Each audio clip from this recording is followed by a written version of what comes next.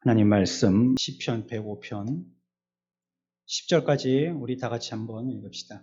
여호와께 감사하고 그의 이름을 불러 아뢰며 그가 하는 일을 만민 중에 알게 할지어다. 그에게 노래하며 그를 찬송하며 그의 모든 기이한 일들을 말할지어다. 그의 거룩한 이름을 자랑하라. 여호와를 구하는 자들은 마음이 즐거울지라. 여호와의 그의 능력을 구할지어다. 그의 얼굴을 항상 구할지어다.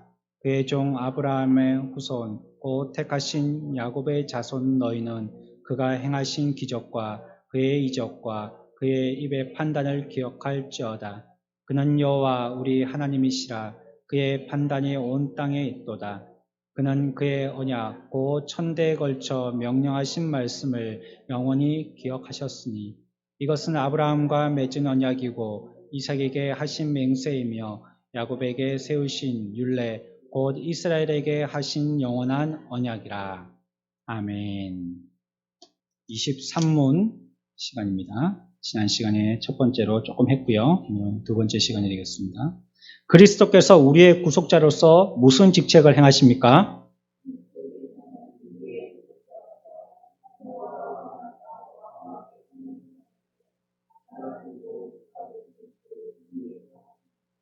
예.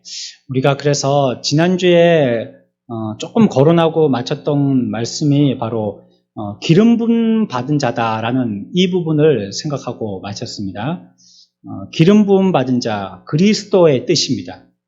하나님의 일을 맡은 자, 메시아, 이 그리스도, 메시아 같은 뜻이다 이렇게 말씀드렸어요. 그러니까 메시아는 우리에게 기름 부음 받은 자로 오실 것을 성경은 얘기하고 있습니다. 같은 말입니다. 오늘은 이 기름 부음 받다는 데에 대해서 조금만 더 생각을 해보겠습니다.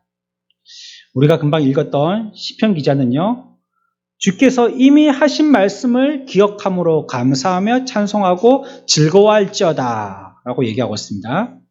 곧 8절부터 해서 그 이후에 10절까지의 말씀에서 이와 같이 그가 말씀을 기억함으로 우리들은 찬송하고 기뻐해야 된다라고 말씀하셨습니다. 우리에게 기록하여 주신 말씀이 있습니다. 또 우리에게 주신 말씀이 있습니다. 그것이 우리들에게 참된 기쁨이 되는 거예요. 어떤 사람, 그 사람이 우리들에게 기쁨이 될 수 없어요. 지금 이제 새 대통령을 뽑을 때가 다 돼가지 않습니까? 내년 3월 되면 새로운 대통령을 뽑게 되겠죠? 그때 돼가지고 또 다른 여러 나라에서도 또 대통령들을 뽑게 되어지죠. 그리고 또 지나가지고 5년 지나면 또 대통령을 새로 뽑겠죠. 또 지나면 또 국회의원들 새로 뽑겠죠. 이런 식으로 계속 새 사람을 뽑는다든지 도시를 새롭게 건설한다든지 아니면 새로운 법을 만든다든지 그러면 그로 인해 가지고 무엇인가 새롭게 될 것이다. 우리들은 기대들을 하지만 그러나 처음은 그런가 싶었지만 조금 지내다 보면 다 비슷해집니다. 그게 그겁니다.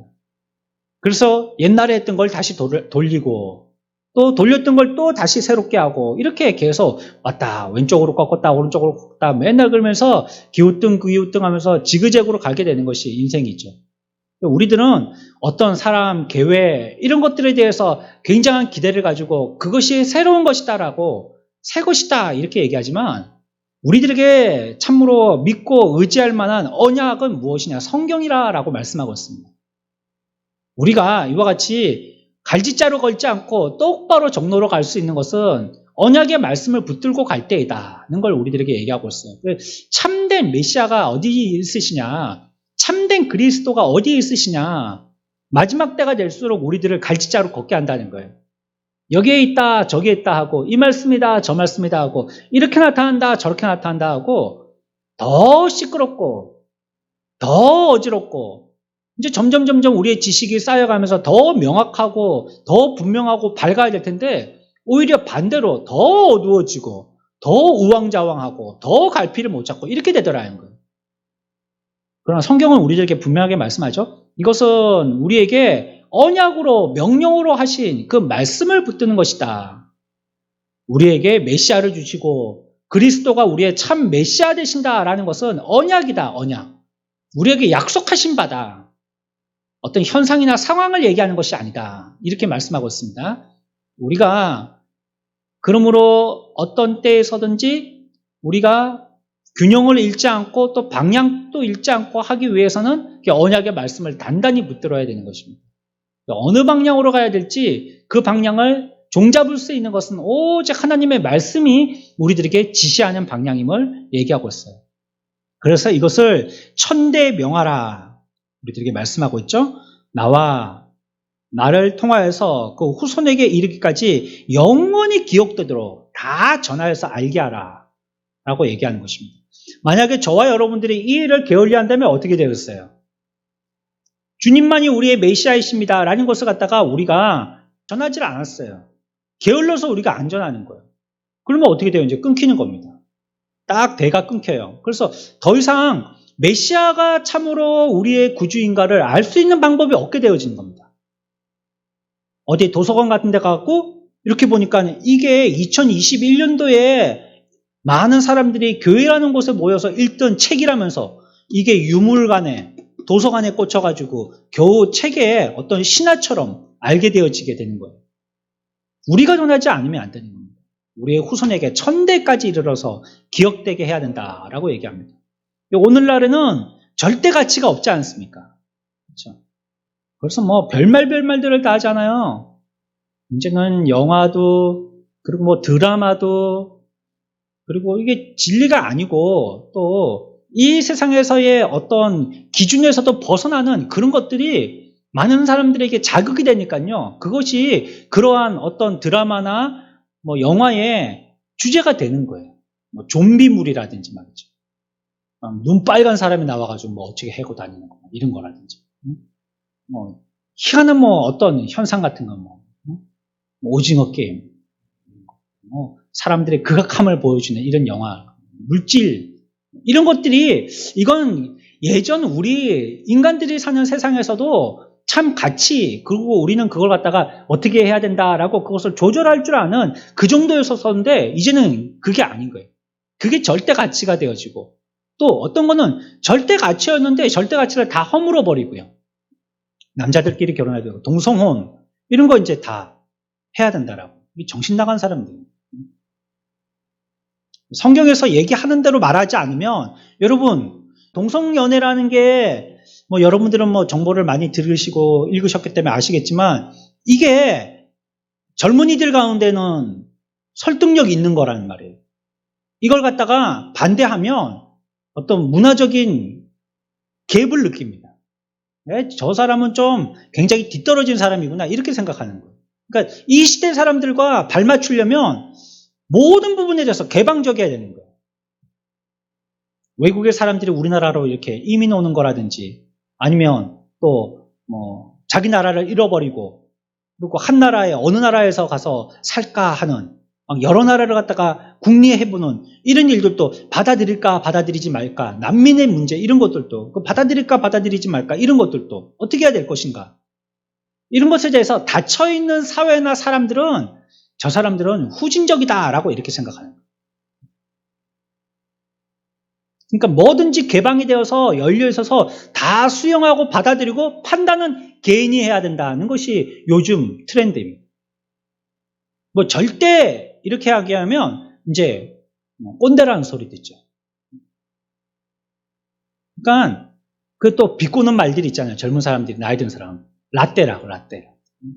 나이 든 사람들이 라떼는 맨날 뭐 이런 얘기 하니까 그런 거 듣기 싫다라고 커피숍에 가서 라떼도 안 마신대잖아요. 그런 거 듣기 싫어서. 어른들이 얘기할 때 내 때는 말이야. 내가 집에 가서 우리 애한테 그러더라고요. 내 때는 군대 생활할 때 뭐 이렇게 얘기하더라고요. 아빠 뭐 옛날하고 지금 많이 달라졌어요. 그러는데 저는 그 얘기를 듣고 이해가 안 되는 거예요. 그러니까 뭐든지 그냥 정해져 있는 어떤 정통에 그리고 또 내려오는 인간적인 도덕의 윤리의 전통에 의한 확립되어진 그 정의는 이제는 모두 파괴의 대상이 되어버린 거예요. 세워놓은 거는 다 파괴해야 돼요.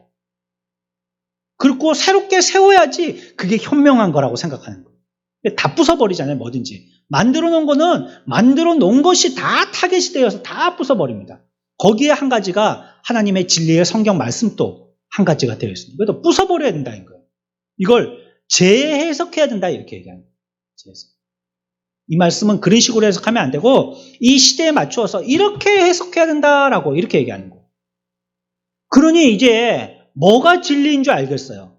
그리스도인들이 바른 진리를 얘기하지 않으면 세상에 진리를 진리로 알 것은 아무도 없습니다. 누가 그것을 진리라고 알겠어요? 누가 가르쳐 주길래? 아무도 가르쳐 줄 선생이 없어서요. 전부 다 자기가 아는 선생이라고 얘기하기 때문에요. 다 투표하자 하거든요. 다 투표하자. 무조건 투표해서 다득점이 받으면 그게 최고라고 얘기하지 이전부터 있었던 소수의 진리는 진리라고 생각 안 하는 거예요. 그러니 기독교인 저와 여러분들이 이것이 진리입니다라고 얘기 안 하면 이것이 진리라고 어떻게 알게 되겠냐는 말이에요. 성경에 이 말씀이 진리임을 어떻게 알겠어요? 이거 옛날부터 진리랬대 이렇게 하면 또 라떼 소리 듣습니다. 또 꼰대 소리 듣는단 말이에요. 이 언약의 말씀을 확실히 믿고 그 믿음의 삶을 사는 우리들이 증인으로 나타나지 아니하면 이 시대에는 이제는 진리가 없어지는 세상이 되는 거예요. 이게 참 어두워진 세상이 되고 빛 하나도 없는 세상이 되고 마는 것입니다. 그렇게 안 될 것 같죠? 지금 또 많이 그렇게 됐습니다. 참 많이 그렇게 됐어요.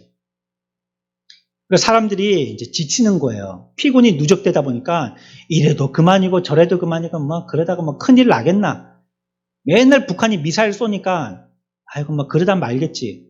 미국은 화들짝한데 우리나라 사람은 별것도 아니에요 그거. 미사일 쏘면 뭐 쏘는 거지 뭐 또 그러다가 말겠지 하고 우리들은 훨씬 경계심이 느슨합니다. 미국은 막 그렇게 됐다 하면 막 비행기 띄우고 뭐 정찰 위성 띄우고 막 그 미군 부대는 비상이 걸리고 이렇게 하는데 우리나라 사람들은 전부 다 외출 나가고 휴가 나가고 다 하는 거예요. 이 시대의 진리를 진리의 말씀으로 우리들에게 주실 때 그것을 확실하게 정확하게 믿어놔야 돼요. 그리고 그것을 어떻게 된다고 했어요? 천대까지 전해야 된다고 그랬죠? 전해야 되는 것입니다. 얘들은 들어도 안 믿을 거야 그거. 그건 뭐 요즘 시대에 그런 얘기 귀로 들으려고 하지도 않을 거야. 계속 전해야 돼요 그래도. 전하는 것이 우리의 사명인 거예요. 기름 부음 받은 자에 대한 말씀도 그렇다는 것입니다. 그리스도 기름 부음 받은 자에 대해서도 이거 구약시대 때 어떤 일들을 할 때에 그냥 선서식과 같은 거 형식이야. 그리고 끝 하면 여기에 대한 진리를 받을 자가 신약시대에는 아무도 없게 되는 거예요. 15절에서도 이르시기를 나의 기름 부음 받은 자를 손대지 말며 나의 선지자들을 해하지 말라 이렇게 얘기하고 있습니다. 아브라함을 얘기하는 것입니다. 기름 부음 받은 자. 또 그를 기름 부음 받은 자와 함께 선지자다라고 같이 쓰고 있죠. 이를 해하지 말라. 그래서 이 그리스도에 대해서 공부를 하려면 기름 부음 받았다는 표현이 나오는 여러 사람들과 그의 행적들을 같이 공부하면 기름 부음 받은 자에 대해서 좀 더 자세하게 공부해 볼 수가 있어요. 사무엘하 1장 봅시다. 4절 같이 읽습니다. 다윗이 그에게 이르되 일이 어떻게 되었느냐 너는 내게 말하라. 그가 대답하되 군사가 전쟁 중에 도망하기도 하였고 무리 가운데 엎드려져 죽은 자도 많았고 사울과 그의 아들 요나단도 죽었나이다 하는지라. 아멘. 자, 지금 이제 전쟁의 때를 얘기하는 것입니다. 전쟁의 때 그 소식을 듣기 시작하는 것입니다. 어떻게 되었느냐 막 난리가 났다는 거예요 지금 막. 그래갖고 그 결과를 또 얘기합니다. 조금 더 내려가 봅니다. 이제는 10절을 더 내려가서 14절입니다. 같이 읽습니다. 시작. 다윗이 그에게 이르되 내가 어찌하여 손을 들어 여호와의 기름 부음 받은 자 죽이기를 두려워하지 아니하였느냐 하고. 자, 앞에서는 막 난리가 났다고 그랬죠? 그래가지고 막 도망가고 엎드려지고 뭐 죽을 때 누구도 죽었어요? 사울과 그의 아들 요나단도 죽었습니다. 이제 죽은 거예요, 전쟁에서. 전쟁에서 죽었음을 이제 사무엘 하에서 얘기하고 있습니다. 역사적으로 증거하고 있습니다. 그러면서 14절에 가서는 또 어떤 내용이 나오게 되어지냐면, 이제, 블레셋과의 싸움에서 이 사울이 죽게 되어졌을 때, 그 마지막에 자기가 공을 세웠다라는 이걸 드러내려고 한 사람이요, 자기의 공을 스스로 자화자찬하기 위해서 사울을 자기가 죽였다라고 얘기하는 거예요. 죽기 직전에 내가 칼로 그를 죽였다. 다윗이 그에게 이르되 내가 어찌하여 손을 들어 여호와의 기름 부음 받은 자를 죽이기를 두려워하지 아니하였느냐. 그러니까 이것을 전한 청년이 자기가 죽였다 하니까 다윗이 그 소식을 듣고 네가 어떻게 그런 짓을 했느냐 이렇게 얘기하는 거예요.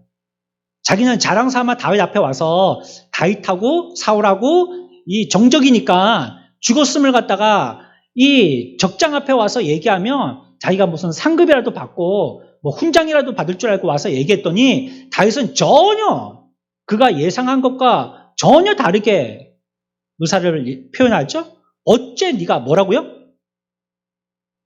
뭐라고 얘기했어요? 어째서 손을 들어서 여호와의 기름 부음 받은 자를 죽이기를 두려워하지 아니하였느냐.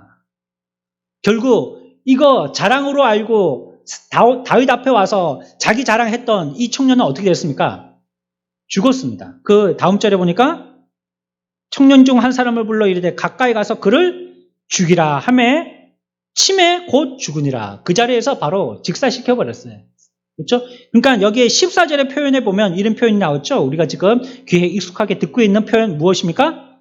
기름 부음 받은 자 죽이기를 두려워하지 아니하였느냐. 여호와의 기름 부음 받은 자다 이렇게 얘기하고 있죠. 누구를 얘기하고 있습니까? 누구 얘기하고 있어요 지금? 어떤 사람을 기름 부음 받은 자라고 얘기하고 있어요? 사울왕 얘기하고 있습니다. 사울왕. 그러니까 사울 왕이 됐을 때, 사울이 왕이 되어질 때 기름 부음 받은 자가 되어졌기 때문에 이 기름 부음에 대해서 다윗은 의미를 기억하고 있었던 것입니다. 조금 더 봅니다. 사무엘상 9장 16절 같이 읽습니다. 내일 이맘때에 내가 베냐민 땅에서 한 사람을 내게로 보내리니 너는 그에게 기름을 부어 내 백성 이스라엘의 지휘자로 삼으라. 그가 내 백성을 블레셋 사람들의 손에서 구원하리라. 내 백성의 부르짖음이 내게 상달되었으므로 내가 그들을 돌보았노라 하셨더니. 아멘. 여기도 보면 어떤 표현이 나오죠? 그에게 뭘 하라고요? 기름을 부어. 이게 처음에 누가 이와 같은 기름 부음에 해당자가 되었어요? 사울이죠. 지금 사울 얘기하는 거예요. 그렇죠? 그러니까 여호와께서 누구를 사울에게 보냈냐면 사무엘이라는 사람을 선지자를 보냈습니다. 그래가지고 아무나 왕시키면 안 돼. 이렇게 내가 딱 정해준 사람이 있으니까 그 사람한테 왕시켜. 이렇게 하나님의 명령을 받고 사무엘이 간 것입니다. 그래서 사울을 딱 만났을 때 하나님께서 기름 붓도록 하셨다는 거예요. 그러니까 사울이 왕 될 때 비록 우리가 사무엘 하에서 읽을 때에는 비참한 결론을 맞이했지만 그러나 그 삶은 비참했으나 그에게 하나님께서 그와 같은 왕이 되도록 하게 하신 기름 부음에 대한 그 사역은 비참한 게 아니라는 거예요. 거기에 대해서는 다윗도 귀하게 여겨서 그것 가치만큼은 존중하여서 그것조차도 무시하려고 했던 기쁨의 소식을 전하려고 했던 그 촌을 죽여버린 겁니다.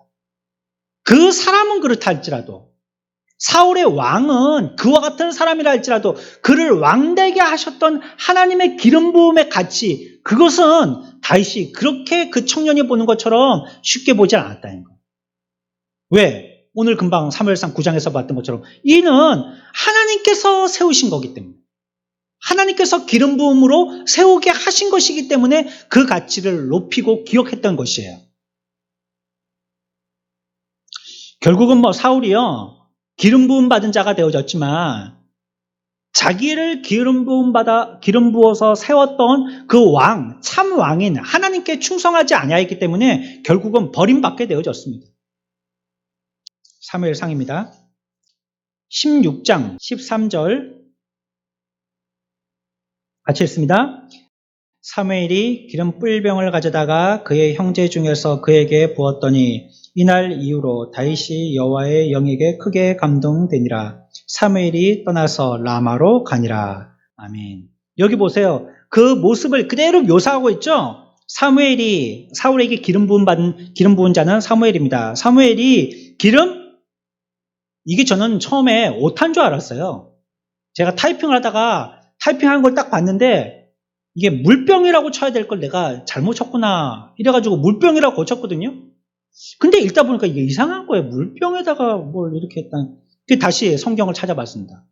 이게 보니까 뿔병이에요. 뿔병. 뿔로 병을 만든 겁니다. 옛날에는 뿔 같은 거 이런 거 양각 나팔처럼 말이죠. 뿔을 깎아가지고 여러 가지를 만들었었거든요.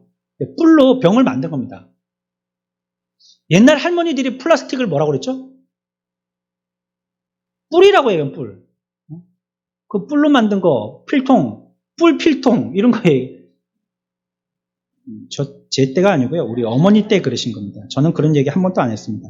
그래, 하여튼 그런 거 얘기할 때 뿔병이라고 얘기하듯이 뿔을 병으로 만들어서 여기다 뭘 채웠어요? 기름을 채운 겁니다. 그렇죠? 요즘에 뭐 참기름병처럼 그렇게 병에다가 기름을 채운 것입니다. 가져다가 그 형제 중에서 그에게 부었더니 이날 이후로 다윗이 여호와의 영에게 크게 감동되니라. 이렇게 얘기하고 있습니다. 그렇죠? 다윗의 집에 가서 그 형제 중에서 그에게 기름을 부어서 그 이후에 여호와의 신이 다윗을 감동시켰다는 것입니다. 자, 그렇다면 우리가 앞에서 사무엘 상하를 통해서 기름 부은 사울에 대해서 공부했고요. 금방 여기서 읽어봤던 것처럼 기름 부음 받은 다윗에 대해서도 살펴봤습니다. 그러니까 이런 왕들은 세워질 때에 기름 부어서 세워졌다는 걸 우리는 다 모든 사람들이 이미 다 알고 있는 사실이고요. 그 표현들을 갖다가 정확하게 얘기하고 있습니다. 그런데 여기서 우리가 조금 더 눈여겨봐야 될 것은 무엇이냐면 기름 부음 받은 자로서의 상태가 어떻게 됐냐는 거예요. 보시면 다시 13절 봅니다. 사무엘이 기름 뿔병을 가져다가 그의 형제 중에서 그에게 부었더니 이날 이후로 다윗이 여호와의 영에 크게 어떻게 되었어요? 감동되니라 했습니다. 여기 동그라미. 기름 부음 받은 자에게 나타나는 현상, 어떤 일들이 나타나냐? 감동된다는 뜻입니다. 그게. 우리가 기름 부어 주시옵소서, 기름 부음 받았다. 여호와의 이름으로 기름 부음 받은 자, 내가 어찌하여 하나님께서 기름 부음 받은 자를 할 때 그 기름 부음 받았다는 것은 그 사람이 여호와의 신에게 어땠다는 거예요? 감동받았다 이 뜻입니다. 기름을 부었다니까 정말로 그 머리에다가 뭐 참기름 뭐 아니면 향수 뭐 식용유 이렇게 부었다는 그런 의미는 아니잖아요. 그러면 그것이 의미하는 것이 무엇이냐? 그것을 우리에게 살짝 힌트로 얘기하고 있습니다. 13절에서 그래서 그것은 감동받았다는 겁니다. 감동. 누구에게? 여호와의 영에게 감동받은 겁니다. 그 사람이 기름 부음 받은 자다 이러면 여호와의 영에 감동받은 사람이다 이런 뜻입니다. 우리가 흔히 그런 표현들 그냥 관용어처럼 쓰잖아요. 주여 이 시간에도 우리에게 기름 부어 주시옵소서. 그 말이 뭐예요? 무슨 말이에요? 우리도 이 시간에 성령께서 우리를 감화 감동하여 주시옵소서 그 말입니다. 그 같은 뜻입니다. 이게. 그러니까 우리가 기름 부음 받은 자로서의 삶을 산다는 것은 성령의 끊임없는 감동 가운데 산다는 것입니다. 근데 우리는 기름 부음 받다고 그러는데 살기는 자기 마음대로 산다면 이게 기름 부음 받은 게 아니죠. 왜요? 감동이 없어요. 감동. 하나님의 말씀을 들어도 목석처럼 아무 감동이 없는 겁니다. 자기도 감동이 없고 성령이 우리들에게 그와 같은 감동을 주셨음에 우리가 그 똑같은 감동을 느껴야 되는데 우리들은 그것과는 전혀 다른 감동을 우리 보고는 섬겨라 헌신해라 하는데 나는 높아지고 싶고 누군가 나를 섬겨줬으면 하는 마음이 생기고 이렇게 되는 거예요. 서로 감동 다르게 받는 거예요. 그러니까 오늘 여기에서 말씀하고 있는 대로 여호와의 신행에 감동받다 이게 기름 붓다 이런 의미입니다. 저와 여러분들의 삶에 성령의 충만한 기름 부음이 있으시기를 축원합니다. 늘 감동 가운데 살아야 됩니다. 그 성령의 붙들림 가운데 살아야 돼요. 우리가 감동받으면 어떻게 됩니까? 우리가 그렇게 움직이게 되잖아요. 그렇죠? 은혜라는 게 그것이잖아요. 기분 좋고 감정 순화하는 게 아니고 내 삶이 변화되는 것이 은혜입니다. 그 말씀이 맞다 하면 아멘 했으면 그렇게 변화돼야 돼요. 그 삶이 그게 감화 감동받고 은혜 받은 사람입니다. 입으로는 아멘하고 야, 그 말씀 참 좋더라 했는데 집에 가면 어제하고 똑같이 살았어요. 그건 감동 안 받은 사람. 기름 부음 안 받았다요, 그 사람은. 그래서 이것은요, 하나님께서 어떤 사람을 택하여서 쓰시고자 할 때에 이와 같은 형식으로 취하셔서요, 성령님께서 그를 그와 같은 사람으로 만드신다는 거예요. 그와 같은 사람으로 만드신다는 거예요. 사울도 하나님께서 기름 부음 받는 이런 어떤 그 형식, 기름 부는 이게 세례처럼요, 그런 예식을 통하여서 그 사람도 이제 변화시켜서 하나님의 쓸만한 사람이 되도록 하신다. 감동받은 자로서의 삶을 살도록 하신다는 의미가 있는 거예요. 그걸 기름 부어주는 거예요. 그 사람에게. 그래서 다윗이 그렇게 해서 이스라엘의 참 왕이 되었다. 물론 그 앞에 사울이 있었지만 사울은 크게 앞에서 실패했고. 출애굽기 28장 41절 같이 읽습니다. 시작.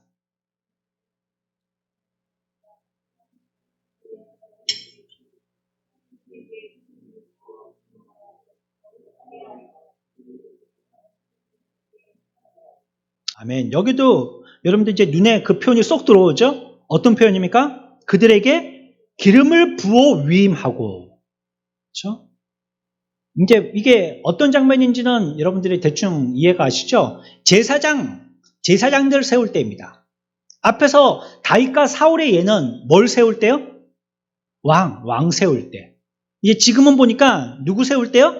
제사장, 아론과 그의 형제들, 또 그의 자손들로 통하여서 이제 제사장을 계대하게 하는 이런 일을 할 때 말이죠. 그때 모세의 형 아론과 그 아들들을 하나님이 정한 옷을 입혀가지고 영화롭고 아름답게 하고, 또 이제는 기름을 부어서 제사장의 위임을 하고 거룩하게 살라고 이제 이 예식을 하고 있는 것입니다. 제사장은 뭐 하는 사람입니까? 백성들과는 구분되어졌거든요. 또 특별하게 제사장은 백성들이 주는 것으로서 먹게 하였습니다. 그의 산업을 따로 갖지 않고 백성들로 통하여서 산업이 되도록 하였습니다. 그래서 제사장은 백성들과는 조금 구별되어진 그런 삶을 살았어야 했어요. 그들 가운데 있지만 그들 가운데서 조금 구분되어진 삶을 살았어야 하는 것입니다.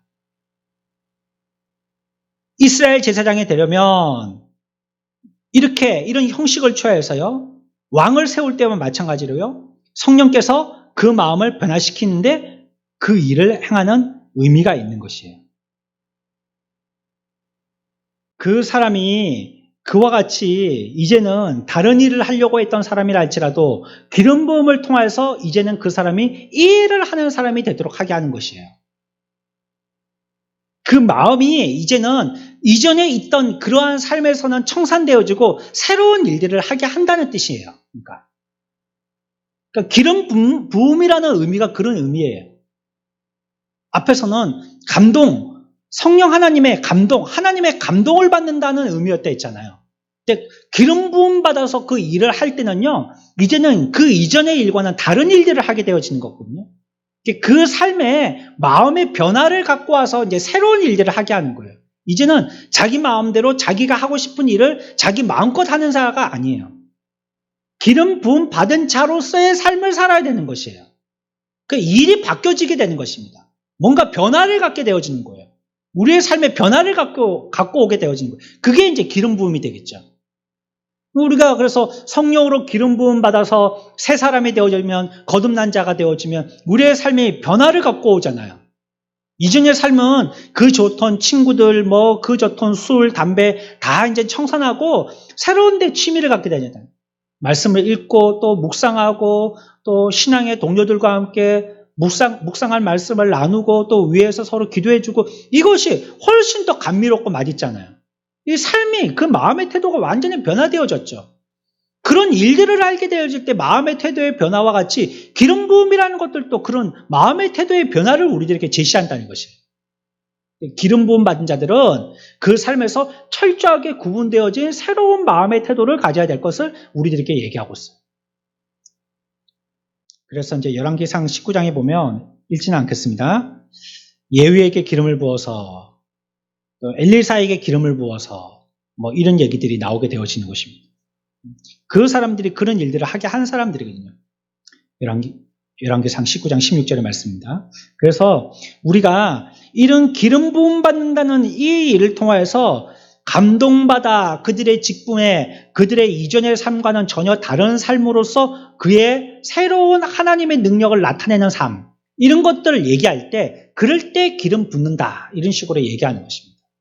자, 이제 지금까지 기름 부음에 대해서 조금 설명을 드렸는데 사실은 이것은 뒤에 있는 참 주제를 얘기하기 위한 서론에 불과한 것이에요. 그러면 그 기름 부음에 받은 자에 대해서 정확하게 그 사람은 어떤 사람들을 얘기하는가, 누구에게 그 말씀들이 전부 다 주목되어 가고 있는가, 이런 것들을 우리가 살펴봐야 되겠죠. 오늘은 여기에 의미만을 생각해서 정리해 보겠습니다.